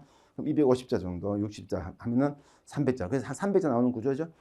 이게 또 밑에 더 붙죠. 그러면 300, 300, 300 돼서 연대가 말했던 1000자 정도 분량이 금방 나옵니다. 그렇게 해서 1번 문장부터 20번째 문장까지 다 세팅이 되죠. 논술은 그래서 객관식이다. 트레이닝만 여러분이 계속하면 돼요. 이거는 제가 실제 첨삭했던 예시들입니다. 첨삭 예시. 실제는 이거보다 훨씬 더 많은 지적이 들어갑니다. 이거는 제가 여러분 보이라고 이제 그나마 깔끔하게 정리한 것이고, 실제 첨삭은 훨씬 더 많은, 학생들이 하는 말이 나중에 이제 친해지면 이런저런 얘기하는데, 선생님 그럴 때 빨간 펜으로 찍찍 끌 때마다 마음에 스크래치가 막 생겼어요. 그 스크래치가 너무 합격으로 가기 위한 티켓이다 그러면서 그러는데, 저한테 칭찬 들으려고 하지 마세요. 여러분 칭찬 들었으면 뭐 하게, 그죠? 내한테 칭찬 들었어. 나중에 시험 잘 갔더니만 못 풀어. 이건 뭐 의미가 있죠? 선생님한테 자꾸, 첨삭은 이제 여러분이 지적을 자꾸 받아야 돼요. 지적을 받을 때마다 아주 기분이 좋아야 돼요. 와, 지금 내가 발견했다 이거죠. 내가 이것도 모르고 시험장 갔으면 틀리게 썼을 건데, 지금 이 지적 받았던 것 자체가 여러분 시험장에서는 그렇게 안 쓰는 것이니까, 그죠? 이렇게 첨삭이 진행됩니다. 훨씬 더 빼곡합니다. 지금 이거보다는. 거의 뭐 글씨를 알아볼 수 없을 정도. 이 깨끗해져야 돼. 깨끗해지면 여러분이 잘 쓰고 있다는 뜻이에요. 내가 이제 할 말이 없는 거죠. 그러면 옆에다 굿 하고 넘어갑니다. 저도 되게 좋아요. 빨리 끝나고. 마지막에 가서는 이렇게 해서 총평 달아줍니다. 이 작년에 실제 진행했던 것 중에 하나 제가 캡처해서 올려놓은 거예요. 요거는 이제 뭐 추가적인 이런 이건 인강 할 때 오늘 여러분 딴 거고, 독해인데 독해 공부를 많이 해야 됩니다. 여러분이 논술을 하면서 제가 의외로 듣는 그 인사 중에 하나가 독해력이에요. 여러분이 제대로 독해력을 연습한 적이 없어요. 고등학교 때는 독해력 연습이 아니고 그냥 국어 문제 풀었던 거죠. 자, 백설공주라는 동화에서 보세요. 이제 백설공주 얘기해봐. 한번 어떻게 해요? 백설공주가 계모의 학대 못해서 집을 나가 일곱 난쟁이 만나서 살다가, 그죠? 왕비의 어떤 가진 학대를 견디고 결국 나 햇빛이 끝난 뭐 그런 정도 얘기죠. 좀 이상하지 않나요? 일단 제목부터 이상하지 않나요? 백설공주, 그죠? 왜 흰 색깔이 왜 들어가 있죠, 여기서? 그죠? 굳이, 그죠? 흰 색깔, 피부에 대한, 그죠? 피부색에 대한 일단 우리가 흔히 말 오리엔탈리즘 같은 인간의 어떤 고정관념 들어가 있죠. 두 번째, 그 계모에 대한 부정적인 시선. 여러분이 가끔 우리 엄마가 친엄마 맞으라는 생각을 평생에 몇 번 해보지 않나요? 저는 이제 가끔 이제 애기 엄마가 애기들한테 저는 애기가 애기입니다. 제가 결혼 늦게 해갖고 이제 큰 놈이 초등학교 3학년, 작은 놈이 1학년인데, 참고로 이제 제 친구들은 시집장가 보내고 있습니다. 그래서 아직 애기들 키우고 있는데, 가끔 보면은 애기들한테 너무 심하게 하는 게 아닌가. 애기 혼낼 때는 좀 많이 뭐라 하죠. 근데 우리는 그 동화에서 늘 그 계모들이 나쁘게 보이죠. 콩쥐팥쥐도 그건 동서양을 막는 것 똑같습니다. 신데렐라도 마찬가지고 헨젤 그레텔 다 그 계모 얘기예요. 계모는 왜 나쁘게 표현되죠? 이게 여러분이 그냥 동화를 읽을 때 하고, 그래서 동화를 애기들한테 보여주는 것이 과연 교육적인가 라는 것이 아동 교육학에서 늘 논란이 되는 합니다. 너무 편견을 많이 심어줘요. 새엄마에 대한 부정적인, 물론 이슈가 되는 거 보면은 뭐 새엄마 새아빠에서 문제가 좀 생기긴 하지만, 그거는 새엄마 새아빠니까 이슈가 더 크게 될 수도 있죠. 어떤 엄마가 애기를 막 혼내고 있어. 근데 사람들이 저 새엄마래 하면은 느낌상 어때요? 새엄마니까 저런 것 같잖아요. 친엄마래가 뭐요? 왠지 애를 교육시키고 있는 것 같아. 그죠? 제대로 크라고. 첫 번째 문제. 두 번째, 그게 두 번째 문제. 세 번째, 왕비가 하는 일이 뭐죠? 왕비가 그래도 뭐요? 국모잖아요. 요즘 말하면 국모인데, 눈 뜨면 하는 게 뭐예요? 누가 제일 이쁘냐고. 그거 따지고 있잖아요. 그죠? 우리 김건희 여사가 눈만 뜨면은, 야, 이 세상 누가 제일 예쁘냐? 이걸 한다고 생각해 보세요. 이상하지 않을까? 우리는 그렇게 지금 인식하고 있잖아요. 그죠? 여성에 대한 편견이에요. 여자들이 한다는 것은 늘, 얼굴 꾸민 것 밖에 없다. 왕비라는 사람도 저 모양 그거 하고 있잖아요. 자, 거기까지 좋아. 그러면은 뭐 백설공주 제일 이쁘대. 그러면 그러긴 하죠. 아니죠. 도저히 못 참습니다. 질투의 화신. 그죠? 여자들은 늘 그런 것만 하고 사는 사람들로 아주 이거는 너무 잘못된 동화. 그죠? 제가 교육부 장관 되면은 첫 번째 없앨 동화 중에 하나가 백설공주 금수로 만들어야 됩니다. 애들한테 읽히면 안 돼요. 아주 잘못된 시선이죠. 그 다음에 또 하나 있죠. 네 번째. 백설공주 사는 곳이 어디예요? 일곱 난장이 사죠. 읽다 보면 느낌이 어떤 느낌이에요? 백설공주 몇 번 쓰러지잖아요. 근데 주변에 아무도 없어요. 어디 숲속에 살고 있다는 뜻이죠. 난쟁이들은 말이 못 삽니다. 난쟁이들이 사람이 아니었던 거예요. 그 영화 속에서는, 동화 속에서는. 그 당시는 중세 때는 마찬가지 그렇게 했는데, 장애인에 대한 편견, 그죠? 그리고 그 당시 난쟁이들의 어려움. 일곱 난쟁이가, 백설공주 늘 걱정해요. 한 번씩 그런 일이 생기니까. 뭐 간단한 방법이 있죠. 한 명씩 남아서 당번을 쓰면 되잖아요. 아무도 못 남죠. 왜? 너무나 생활고에 시달리죠. 그러니까 하루 벌어서 자기가 일하지, 일곱 난쟁이가 전체가 일하지 않으면 먹고 살기 힘들면. 그러니까 백설공주가 죽을지 모르는 그 절박한 상황을 알고 있음에도 불구하고 항상 일곱 명은 다 출근을 해야 되죠. 그죠? 그 다음에 그 왕비의 어떤 반응. 질투까지는 좋아. 근데 방법이 뭐예요? 애를 죽이려고 합니다. 애를 죽여요, 실제로. 그죠? 실 죽이잖아요. 그죠? 독을 막 계속. 독빛. 이건 뭐, 비과학적인 것은 여기서 큰 의미가 없어요. 뭐, 독빛을 빈다고 머리가 갑자기 잘 죽지는 않을 텐데, 그리고 나중에 사과 먹고 캣 걸려 있는데, 그 정도 질식할 정도면 이미, 그죠? 산소 공급이 안 돼서 나중에 뇌세포가 산소 공급이 5분만 안 되면 뇌세포 망가지거든요. 의식을 차린다 해도 이제 식물인간 상태가 되는데, 한동안 쓰러져 있잖아요. 나중에 덜컹하면서 이제 캣티나서 살아났는데, 비과학적인 큰 의미가 없고. 자, 우리가 독해력이라는 것은 그냥 줄거리가 아니라는 거예요. 지금 내가 말했던 것을 여러분 읽어낼 수 있는가, 그죠? 양치기 소년 같은 경우도, 이게 잘못됐다. 양치기 소년이 아니고, 목통이 아니고, 거짓말장일까. 양치기 소년이 거짓말장일까, 정말로. 그죠? 등등 해서 우리는 재심을 줄, 논술은 그런 식의 글을 읽어나갑니다. 헨젤가 그랬다는가요? 오빠는 잘한 것일까? 이제 마녀는 나쁜 것일까? 등등. 그래서 재심문 분석 5단계라는 규칙이 있어요. 규칙이 있고 이 규칙에 따라서 여러분 자꾸 훈련해야 됩니다. 이거는 하루아침에 안 돼요. 가장 제가 힘든 작업이 독해력이에요. 딴 거는 금방 만들어줄 수 있는데 독해력은 정말 여러분 힘들어요. 제가 만들어주는 게. 시간이 조금 필요합니다. 독해력은.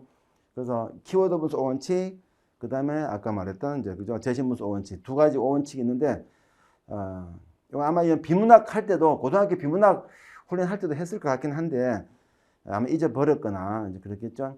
그래서 실전 이제 독해력 중간 프로그램 첫 프로그램 1 해서 제 수업을 할 때 제가 하는 게 시키는 게 신문 사설 요약하기 매일 한 개 이상. 이거는 시험 직전까지 합니다. 시험 직전 전날까지도 제가 훈련시킵니다. 신문 사설을 요약하기.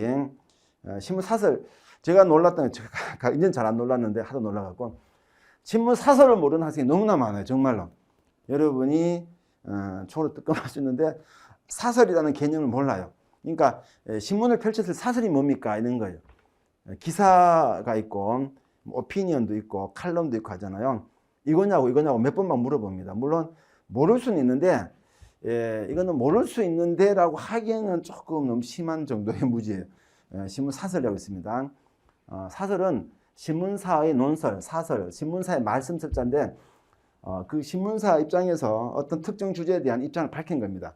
자신의 입장을 밝힌 거예요. 그래서 한 2개 정도. 제목 자체가 사설 적혀 있죠. 신문에 보면은. 그 신문 사설은 논술하고 우리가 지금 공부하는 논술 그 답안하고 가장 가까운 형식의 글입니다. 그래서 그래요. 이걸 하는 이유는 2가지인데 이건 지식 아니에요. 지식 읽힐 거 없습니다. 되게 쉬워요. 신문 사설은 쉽겠습니다. 그렇죠? 전국의 모든 사람이 읽어야 돼요. 그래 신문을 팔아먹지. 그죠? 이건 이해가 안 가는 신문 팔아서 어떻게 해요? 그죠? 초등학생도 읽어야 돼요. 그래서 초등학생부터 대학 교수까지 읽었을 때 다 이해되는. 그러니까 참 쓰기 어려운기도 하죠. 특정 어떤 청중이 아니라 전 국민 대상 하는 거니까. 하지만 우리가 논술에 가장 가까운 글이기 때문에 이거는 첫 번째 표현력을 길러준다. 그죠? 논술식의 표현력. 두 번째 어휘력.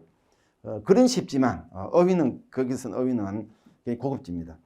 그 다음에 보통 한 강좌 2달씩 간다 그랬죠. 13579에서 제가 추구하는 게 1강좌 1독서. 처음에 한 달에 이제 책을 읽기 시켰는데 학생들 너무 힘들어갖고 책 읽으면 여러분의 책 읽으라고 하면 여러분의 표정이 재밌어요. 막 날 잡아 죽여라는 표정이에요. 나한테 이걸 왜 시키냐고 지금. 응? 내가 지금 게임도 해야 돼. 할 게 얼마나 많은데 왜 책을 왜 읽느냐고. 디지털 시대에 말이야. 지금까지 아직도 그런 말이에요. 고리타분한.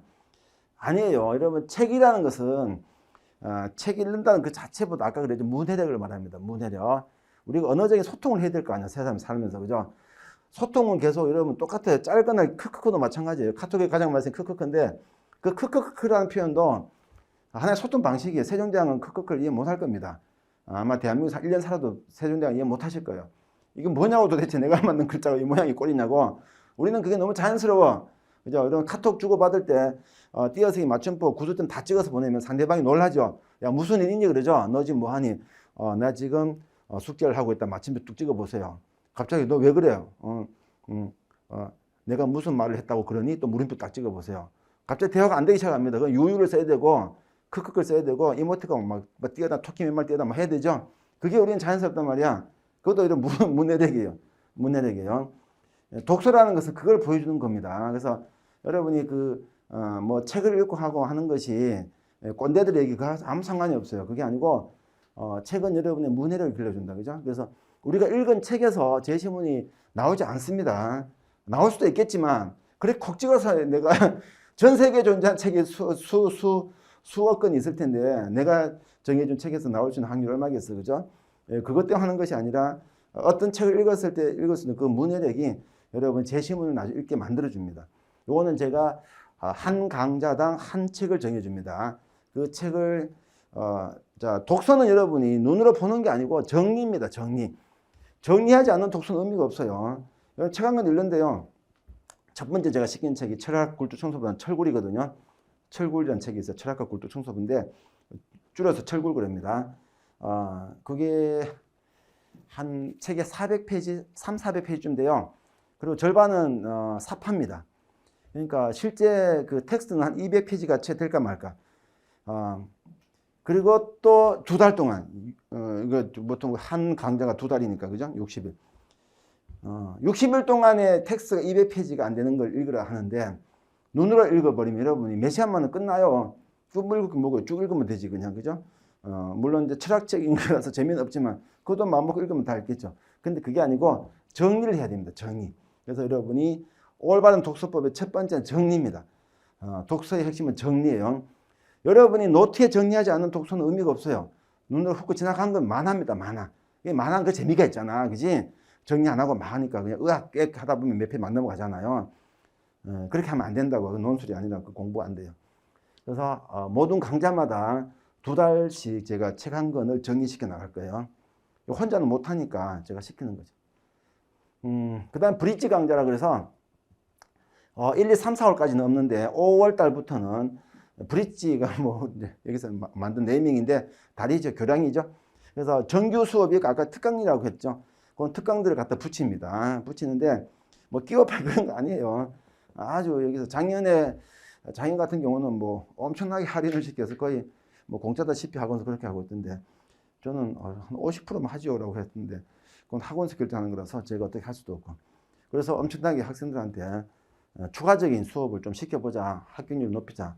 그 취지입니다. 그래서 이 세 가지가 실전 독해력 프로그램인데 자 이런 거죠. 모든 학원 수업은 그 논술 수업은 3시간입니다. 3시간 수업이 전부예요. 그러니까 아주 제가 팁 하나 알려드릴까요?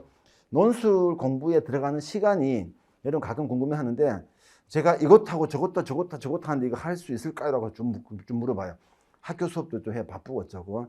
자 논술 수업에 여러분이 논술 공부할 때 쌤이 여러분한테 요구하는 시간이 주당 10시간입니다.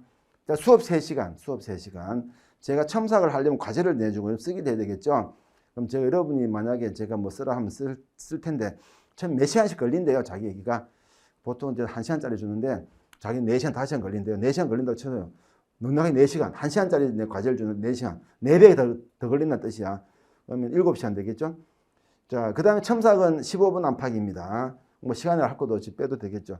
그 다음에 본인이 이제 책 읽고 정리하는 게 있잖아요. 사설 정리하고 책 읽고 등등. 이게 3시간이면 충분하고 남아요. 그래서 여기 전부입니다. 그래서 여러분이 일주일에 공부하는 시간이 논술 10시간이면 충분합니다. 그러니까 수험생이 하루에 10시간 공부하겠지? 수험생인데 하루에 10시간 공부 안 할 생각하고 있으면 그건 수험생이 아니야. 10시간 공부한다고 봐야 돼. 10시간 공부한다 보면은 일주일에 제가 10시간을 요구한다는 것은 여러분 일주일에 하루 정도 공부량. 그죠? 자, 연고대를 가기 위해서 필요한 그 공부량은 일주일에 하루 정도, 7분의 1이다. 그죠? 나머지 6일은 뭐다? 여러분이 할 거 다 하라는 거예요. 공인어학 준비해야 되죠? 공인영어. 그리고 학교 수업 관리해야 되죠? 성적 관리. 그리고 이 중에는 또 편입영어까지 할 학생도 있을 텐데 하세요. 괜찮습니다. 제 수강생의 한 60, 70%는 편입영어 같이 합니다. 논술 타고 편입영어 다 해요. 그리고 학교 다니고 있어요. 이게 다 가능한 거예요. 고등학교에 여러분 수능 같은 그 공부가 없잖아요. 고등학교 수능 같은 공부를 하면서 여러분은 학교를 다녔잖아. 그지? 예, 근데 그게 수능 같은 그게 없는 시험이니까 여러분 충분한 시간이 확보가 돼요. 그게 힘들다고 느껴지는 게 만약에 스쳐 지나간다면 여러분이 공부하겠다는 생각을 하지 않는 거예요. 그냥 놀 게 너무 많은 거야 지금. 뭘 만나서 누구 만나서 이걸 다 생각하니까 시간이 부족한 거예요. 그게 아니라 고등학교 때 재수할 때처럼 그죠? 그런 모드로 바꿔버렸어요. 그런 모드로 바꿔서 시간이 너무나 여러분이 풍부할 것이고 논술에서 필요한 것은 그중에 아주 7분의 1, 그렇죠? 7분의 1. 이 정도도 다 포함한 겁니다. 포함한 거랬죠? 포함한 거요. 그래서 요거는 이제 그 실제 문제 들어가 봐야 이제 나오는 건데 아까 쭉 봤었죠? 어떤 문제 나왔다라는 그런 것들이죠. 그래서 연대생에서 가장 중요한 것은 비교 분석형이다. 비교가 가장 핵심이 아까 봤죠. 비중이 제일 높죠. 그리고 나머지 요약, 설명, 평가, 도표까지. 도표는 사회계열 쪽에 있습니다만 10월 말까지는 인문사회 구분하지 않습니다. 왜냐하면은 인문에 도표가 필요합니다. 왜 그러냐면 도표 분석 자체를 인문이 공부할 필요는 없지만 문제는 도표를 해석하시고 안 해요. 문제는 평가하시고 설명하셔야 합니다. 자료가 도표일 뿐이에요. 뭔 말인지 알겠지? 제시문 4개 나와. 예를 들어 4개 나오는데 인문에는 도표가 없는 제시문. 그죠? 사회는 도표가 들어가 있는 제시문. 그래서 문제는 설명평가 쪽이에요. 이 설명평가는 인문사회다 공이 논술에 다 포함됩니다. 그래서 나는 인문 볼 건데요. 나는 이 문제 안 봐도 되나요? 이런 건 아주 바보 같은 질문이에요. 그죠? 논술 전혀 모르는 학생의 질문이에요. 그 고대도 마찬가지 인문사회가 특히 다르잖아요. 비슷비슷합니다. 그러니까 연대만 쓰거나 고대만 쓰거나 하진 않겠죠. 간호학과가 좀 다르죠. 간호학과가 슬프게도 작년에 고대가 갑자기 간호학과는 생명과학으로 바꾸는 바람에 논술에서 빠져버렸어요. 그래서 연대만 이제 간호학과 있기 때문에 나는 간호학과 아니면 편입에 의미가 없다라고 한 학생은 이제 고대 없이 연대만 쓸 겁니다. 아마. 그죠? 간호학과 말고는 나머지 학교들은 그럴 필요가 없어요. 저는 고대가 싫어요. 연대만 갈 거예요. 그죠? 굳이 그렇게 고집하지만. 왜? 연대만 가거나 고대만 간다고 해서 공부량이 절반 줄어들지 않아. 공부량은 똑같아. 연대만 가거나 고대만 가거나 하더라도. 그죠? 어차피 연대를 위한 고대를 위한 공부가 따로 있지 않으니까 연고대 통합해서 논술을 다 할 겁니다. 그렇게 본다면은 그 중에 일부가 이제 고대 문제, 일부는 사회 문제, 그죠? 연대 문제라고 보시면 돼요. 그래서 고대생 되는 법이라고 했을 때 고대는 제일 중요한 게 설명평가입니다. 비교가 잘 안 나와요. 고대는 이제까지 비교 한 번밖에 안 나왔어요. 하지만 아까 말했잖아요. 그죠? 근데 고대만 갈 것 같으면 비교 안 해도 되겠지만 그렇지 않기 때문에 어쨌든 다 해야 된다. 그리고 설명평가라는 것도 여러분 비교를 잘하는 학생이 하는 겁니다. 단계가 비교가 먼저 돼야만이 설명평가 가능해요. 이거는 연대 고대 통합 가장 넘버원은 설명평가입니다. 연대 넘버원은 비교였지만요. 연대 넘버원은 비교지 연대 고대 통합 넘버원은 설명평가예요. 논술에서 가장 중요한 건 설명평가입니다. 그래서 설명 커리는 아까 봤던 그겁니다. 아까 책 순서 그죠? 책 순서. 그래서 지금 특강이 붙어있는 브릿지 강의들인데 브릿지가 하나 더 붙였어요. 5, 6월 달에는 브릿지 강의를 제가 아까 말씀 철골 있죠. 여러분이 쓰고 정리하는 것인데 그때 아예 내가 브릿지 강의로 한번 그 책을 한번 다룰까 싶어요. 이 철학 굴뚝 청소부라는 책인데 이게 그 근대 철학, 그러니까 데카르트부터 시작해서 그다음 포스트 모더니즘까지 철학을 다룹니다. 독서 그 제시문 읽다 보면 그와 관련된 논점이 끊임없이 나와요. 그래서 한 번은 여러분이 그 철학을 훑고 있어야 돼. 공부해보면 약간 뿌듯함도 생겨요. 갑자기 머리가 막 무거워지는 듯한 느낌. 뭔가 세상이 막 뭔가 보이는 듯한 윤석열 대통령의 발언이 뭐가 문제인지 느낌이 막 오는 교수들이, 이제 학자들이 똑같은 현상을 분석할 때 아까 제가 백설공주 얘기했잖아요. 그런 식의 그 이면에 깔려있는 분석이 철학의 기본이 되어야 됩니다. 실제로 그래요. 조금 줄였을 때 얘기고 지금은 뭐 거기까지 고민할 필요 없죠. 1월 달이니까. 이게 여러분이 이제 1월 달, 2월 달 공부하는 내용입니다. 기본편 1단계 공부예요. 이 내용은 모든 논술 문제의 이론적인 내용을 다 담고 있습니다. 그렇게 보시면 돼요. 이론편 전체 2달 동안. 요거는 여러분 언제 시작해도 요거는 해야 됩니다. 만약에 자 11월 달에 처음 온 학생들 저는 이걸 하라 그래요. 가끔 11월, 12월 되면 게시판에 제가 갑자기 편입을 준비하게 됐는데 한 달밖에 남지 않았는데 무엇을 준비하면 되나요? 라고 물으면 제가 딱 추천한 요겁니다. 요거 하라 그냥. 딴 거 하지 말고. 유형 기본편은 공부하고 들어가라. 부족하지만 이거는 해야 된다. 이렇게 할 때 그 이야기. 논술이 크게 4대 영역입니다. 그리고 각각 영역마다 이제 2개씩 나눠지는데 총 8대 유형이 나와요. 아까 봤었죠? 요약, 그죠? 이건 고대 1번 문제, 비교는 연대 1번, 인문 2번, 그죠? 그 다음에 설문평가 가장 많이 나온다고 그랬죠? 입장 선택, 대안 제시, 자기 생각 쓰기입니다. 요거는 주관이에요. 요거는 이제 창의성 주관인데, 요거는 시험에 잘 나오지 않으니까. 도표 분석은 연대, 고대, 공이, 사회 계열 쪽에 나온다고 그랬죠? 기타 자료는 뭐, 그렇다 치고. 요게 이제 기본 편에서 배우는 공부량이에요. 요거는 이제 쟁점 심화입니다. 쟁점 심화한테 주제편이죠. 요건 주제편이 요거 갖고는 부족해요. 근데 2달 동안 할 수 있는 것은 그렇다 주제편을 뭐 한 달 한 달 여러분이 1년 한 달 주제가 해결될 것인가 안 되겠죠. 논술이 다른 주제는 무한대니까 그죠. 하지만 우리가 실제 시험에 나오는 영역은 이런 영역에서 나온다라는 기본적인 논점들에 대한 공부입니다. 이게 제2단계 공부예요. 3, 4월 공부하는. 그 다음에 이제 5, 6월 달이 금방 끝납니다. 이제 고대 기출인데, 고대는 그 2018부터 있다 그랬죠? 요기수조까지, 그죠? 역순으로 봅니다. 최근 것부터 합니다. 그러니까, 아직은 조금 부족하죠. 나머지는 뭐냐? 근데 이거는 수시입니다. 자, 수시 문제 중 연도가 좀 옛날 것도 있죠. 그러니까 최근 수시랑 안 맞아요. 고대는. 고대 옛날 게 맞습니다. 그래서, 고대 수시 문제 중에 지금 그 편입 문제랑 유형이 비슷한 문제를 제가 골라냈습니다. 그래서 실제 수업은 2달짜리인데 편입만 놓고 보면은 거의 1달짜리가 되겠죠.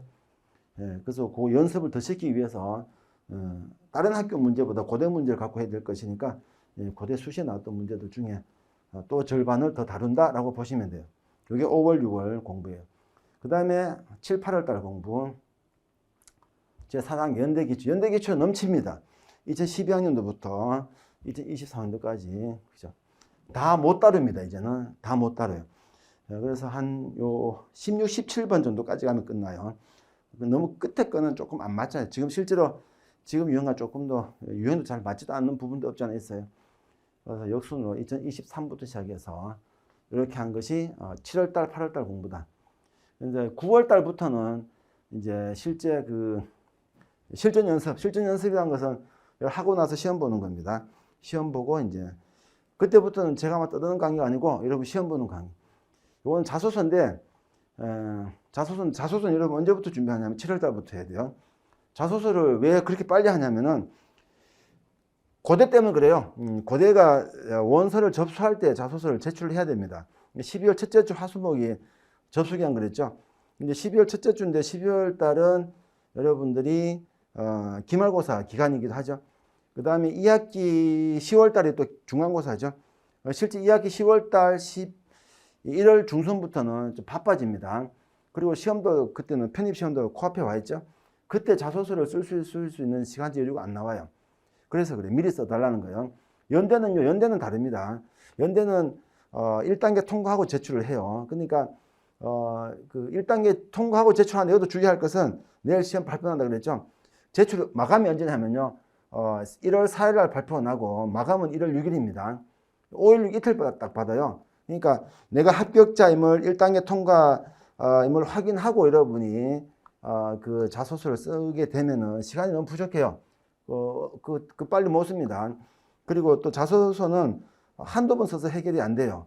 왜냐하면 시험 문제처럼 어떻게 포맷이 정해진 게 아니기 때문에 자서전 같은 글이잖아요. 그래서 첨삭이 여러 번 필요합니다. 최소 3번은 필요한데 3번 정도 나가 있죠. 그래서 미리 써두라는 거예요. 그래서 제가 어떻게 하냐면은 7월 달부터 고대 자소서를 봤는데 첨삭을 시키는데 그때 그냥 1+1을 해갖고 연대에 같이 봐줍니다. 왜 그러냐면은 그 자소서 질문이 크게 다르지가 않아요. 학교마다. 양이 좀 다릅니다. 고대가 5,000자, 5,000자입니다. 아까 연대 답안 분량이 얼마나 됐죠? 1,000자짜리 2문제. 연대 답안이 1,000자 2문제인데 여러분 그거 쓴데도 1,000자 쓴데도 뭐 5시간, 6시간 걸려요. 근데 고대는 자소서가 5,000자입니다. 5,000자. 문항이 5개. 얼마나 어려운지 알겠죠? 초안 쓰는데 막 일주일씩 걸려요. 그래서 첨삭 받고 또 고치고, 첨삭 받고 고치고 하면 한 달 걸려요. 그래서 7월 달부터 준비해야 된다. 그랬죠? 그리고 거기에 들어가야 될 내용들이 여러분 좀 준비가 되어 있으니까 특별 활동들, 그죠? 그리고 비전공자들, 그러니까 그 비동일 계열 전공자들은 자기 지원 전공에 대한 공부까지 좀 세팅을 하자는 거죠. 그때 가서 하겠지만 자소서 중요하다 그랬죠? 비중이 높다, 그지? 면접이 없기 때문에 서류 심사, 우리 2단계 서류에 들어가는 서류의 빅3가 뭐냐면 3가지예요. 첫 번째 성적 증명서입니다. 성적 올려놔야 돼.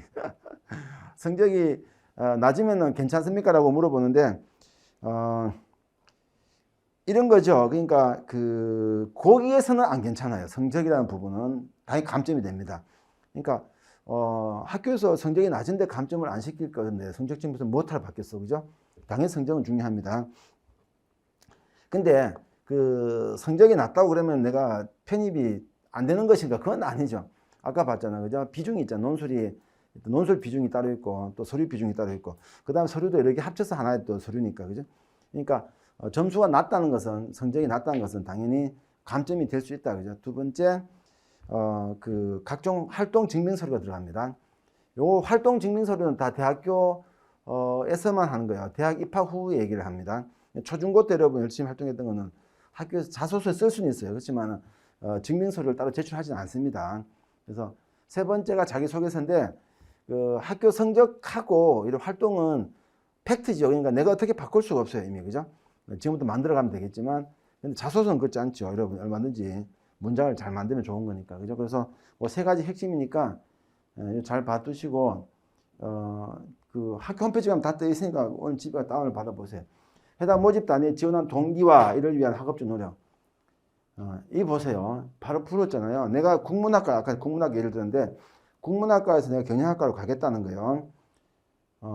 가능합니다. 근데 그러면 이를 위한, 이가 뭐요? 지원한 동기, 지원한 학과를 위한 학업적 노력이에요. 근데 경영학과 공부한 게 하나도 없어. 수업 들은 게 없어. 그럼 뭘 쓸 거냐고, 여기다가. 그죠? 혼자만 책 읽었다 쓸 거냐고. 쓸 수는 있겠지. 교수가 믿어주겠냐고, 그거를. 그지? 증명할 수가 없는데, 그죠? 그래서 내가 학교 수업 들으라는 거예요. 그 뜻이에요. 이거는 고대도 이 질문이 있습니다. 그 다음에 학업 이외 대학 시절의 다양한 활동, 리더십, 봉사, 동아리, 연구, 취미, 예시를 더 놨잖아. 리더십. 리더십 뭐야? 짝 먹은 거, 그죠? 여러분 직책을 맡은 거. 동아리든 학생이든 어디든 자기가 뭔가 직책을 맡은 경험. 리더십은 리더로서의 경험을 말해요. 리더가 아닌데 나 리더십 때문에 친구들 모이면 내가 주도하는데 이건 안 돼요. 할 수는 있지만 안 믿어준다고 교수들이 증명을 해야 된다고. 그래서 학생회장이라든가 과대표라든가 아니면은 부장도 괜찮고 다 괜찮아요. 여기 보세요. 학업이 대학 시절 명시잖아요. 그죠? 초중고 때 뭐 계속 반장했다 해도 의미가 없다고, 그죠? 봉사활동 같은 경우도 뭐 자기 봉사활동 부장 같은 거 할 수 있죠. 봉사, 동아리 회장 같은 거. 봉사활동 같은 것도 책임자 같은 거, 그죠? 근데 리더십도 있고, 다른 것도 있고, 이 말이야. 동아리 썼어. 만 동아리를 쓰는데, 자기가 동아리 회장도 해서, 그럼 동아리 회장의 역할은 리더십 쪽의 역할도 되죠. 그리고 동아리라는 그 팩트도 되고, 그죠? 그래서 연구 같은 것도, 이거 쉼표, 동아리 연구 아니고 동아리 다음 쉼표 있습니다. 연구는 이런 거겠죠. 이제 자기가 전공 관련된 각종 뭐 논문, 그 있잖아요. 공모전 같은 거 있죠. 논문, 대학생 논문 발표 이런 거 있잖아요. 그런 걸 말합니다. 아니면은 그 자연계 같은 경우 가끔 실험실에서 왜 그 교수님 보조로 조교로 학부생 조교가 있어요. 보통은 조교들이 대학원생들인데 학부생들도 뭐 연구에 참여해갖고 이렇게 뭐 일 도와주는 게 있거든요. 연구 또 취미 활동 같은. 이 취미는 오해하면 취미 같은 건 우리 전 국민의 취미 활동이 뭐야? 그죠? 영화 감상, 음악 감상, 독서 남는 거잖아요. 그런 거 말하는 거 아니야, 그건. 독서, 영화 감상, 음악 감상은 여기서 막 취미가 아니야. 증명을 못 하잖아, 그죠? 다 증명이 가능해야 됩니다. 그런 거 쓰라는 거예요.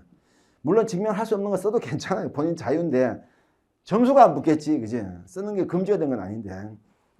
그러면 동호회 같은 거, 취미 활동 동호회 같은 거, 어떤 동호회에 가입해서 이런 활동할 수 있죠. 예, 그런 거는 우리가 증명할 수 있잖아요. 예, 그것도 뒤에 또 조건이 붙어 있죠. 전공에 어떤 의미가 있는가, 그죠? 전공 관련성을 묻고 있죠. 내가 축구 동아리를 3년 내내 했는데 난 국문학과를 가는 거예요, 그죠? 좀 컨셉이 좀 안 맞잖아요. 물론 쓸 수는 있습니다. 왜냐하면 축구 동아리 하나의 어떤 사회고 조직이고 그 인간들의 어떤 갈등, 그죠? 서로 협력 이런 것도 있고 등등도 쓸 수는 있지만 직접적인 아니죠. 그래서 가급적이 뭐야, 독서 토론 동아리 이런 게 있으면 좋겠다, 그죠? 자기 전공과 좀 맞는 거. 아니면은 또 코로나니까 또 그런 뭐 비대면 여러분이죠. 1학년 때는 조금 손해를 좀 많이 봤죠. 지금부터라도 뭘 만들어주면 되겠다. 이런 건 상관없어. 이거는 미래행이니까. 그죠? 미래행은 뭐 우리가 앞으로 있을 일이니까. 비쌉니다, 고대도. 지원 동기, 졸업 후 진로기획.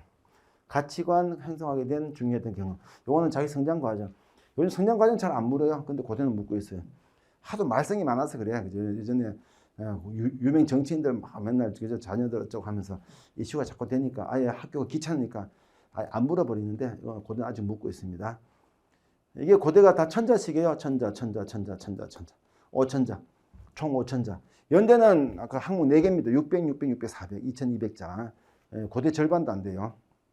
그래서 제가 고대 위주로 작성을 하되 이제 1+1으로 연대도 같이 쓰라고 하는 거예요. 그죠? 그 다음에 이건 똑같이 학업위에 나오죠. 학업위에 대학 시절 중요한 활동가. 아까 나왔잖아요. 그죠? 고대도 있었죠? 중요한 활동가. 그 다음에 그 경험이 지원 전공 공부하는 어떤 의미가 묻고 있잖아. 그죠? 입하고 학습. 이거는 미래는 걱정할 거 없어. 미래는 뭐 거짓말이 존재할 수 없잖아. 미래 거짓말이 어떻게 가능해. 그죠? 미래를 뭘 쓰든 간에 괜찮은 거니까. 이거는 걱정할 거 없는데 과거형이 어렵습니다. 과거형이. 이런 것도 본인의 강점. 그래서 뭐든 다 괜찮긴 한데 여기서 읽어보고 내가 쓸 거리가 팩트가 좀 부족하다라고 하는 부분은 지금은 시간이 충분하니까 여러분이 지금이라도 계속 만들어가는 게 좋습니다. 봉사활동을 만들어 가세요. 봉사활동이 편하죠. 동아리는 2학년 때 가입하는 것도 조금 어색하기도 하고 동아리 활동은 조금 거기서 얼굴 좀 많이 들이밀어야 되죠. 같이 뭘 해야 되잖아요. 행사할 때. 수험생이 좀 시간 뺏길 때가 많죠. 근데 봉사활동은 여러분이 본인이 그냥 시간 정해서 가면 되니까 뭐 일주일에 뭐 1시간씩 2시간씩. 자, 지속성이 중요합니다. 전체적인 시간 양보다 지속성이 중요해요. 만약에 내가 10시간을 했는데 하루에 10시간 다 했어. 이건 큰 의미가 없어요. 일주일에 한 번씩 그죠? 10주 동안 10시간 하는 게 더 좋습니다. 알았죠? 그래서 어느 정도 지속성이 중요해. 왜 그래요? 그 진정성 때문에 그래요. 진정성.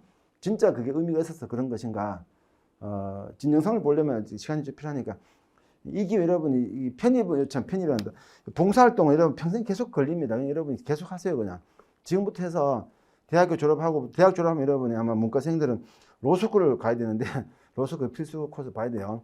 웬만하면은. 아니면 딴 대학원도 마찬가지. 뭐, 유학을 가든, 국립대학원 가든, 아니면 취업을 하든 마찬가지. 자소서가 들어가는 곳에 봉사활동 들어가지 않는 곳은 거의 없습니다. 알았죠? 그래서 지금 이 기회에 봉사활동 하나 정해요. 한 뿌듯하기도 하잖아요. 물론 자기 필요해서 하는 거지만 그건 뭐 어때서 그죠? 근데 나도 필요해서 하는 거지만 어쨌든 상대방한테 내가 가서 봉사하는 거잖아, 그죠?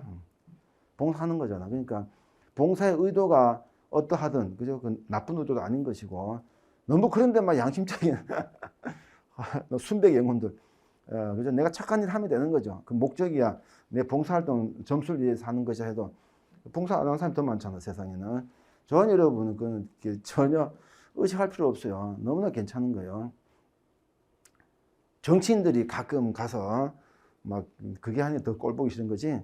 학생들이 그죠? 일주일에 한 번씩 꾸준히 얼마나 좋은 거예요. 그죠? 이 기회에 그렇게 하세요.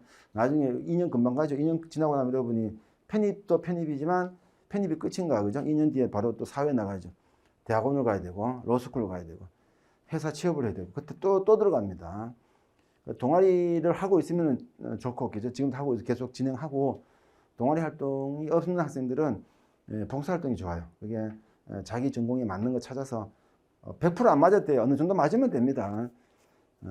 간호학과 지원 학생 같으면은 가급적이면 대형 병원 가서 봉사활동 하면 되고 대형 그 대학병원들 거기다 왜 앞에 보면 뭐 우리 1층 가보면 안내한 학생들 있잖아요. 그 보통 알바생 많거든요. 봉사활동 학생 많거든요. 그런 것 되게 써먹을 때 많죠. 예. 그렇게 해서 좀 상세하게 같이 봤는데 잠깐 쉬었다가 그 문제 하나가 있는데 그 같이 풀어볼 겁니다. 여러분 짧게라도 안 풀어보는 게 힘들게 왔는데 우리는 모든 공부를 하는 게 더 지금 중요하니까 그요. 한 5분 정도 쉬었다가 2교시 바로 할게요. 예.